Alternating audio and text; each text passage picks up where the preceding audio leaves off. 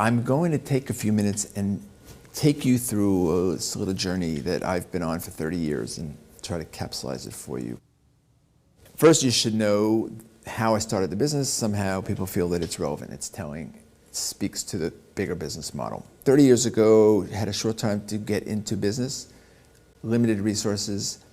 I knew I needed I needed a name, so I called it Kenneth Inc. And then I ran to Italy, designed a line of cool lady shoes at a factory that I knew needed business, knowing it's easier to get credit from a factory in Italy that needs business than from an American bank that doesn't.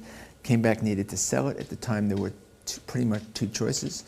Could take a room at the Hilton Hotel, be one of about 1,100 companies, not very compelling, or I could take a big fancy showroom like some of the other more established companies, which clearly within a 2-block radius, which clearly I neither had the time or the money. But on a whim, I called a friend in the trucking business and I says, if I could figure out how to park a 30-foot trailer on the street across from the Hilton Hotel in front of those big fancy showrooms, would you lend it to me? And he said, sure, jerk, this is New York. You can't park a bicycle for 10 minutes, let alone a truck for 3 days.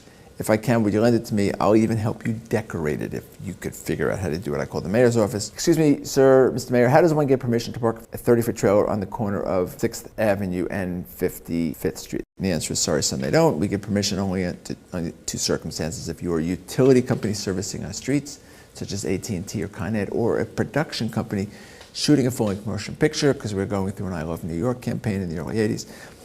So I said, thank you, Mr. Mayor, hung up the phone, and that afternoon went to a stationery store, changed the name of the company from Kenneth Inc. to Kenneth Productions Inc., filed for a permit the following morning for permission to shoot a full-length motion picture called The Birth of a Shoe Company. We opened on December 2nd, 2 weeks later, with a fully designed, very cool trailer. And at the end of the day, within 2.5 days, we'd sold 40,000 pair of shoes, and the business was off and running.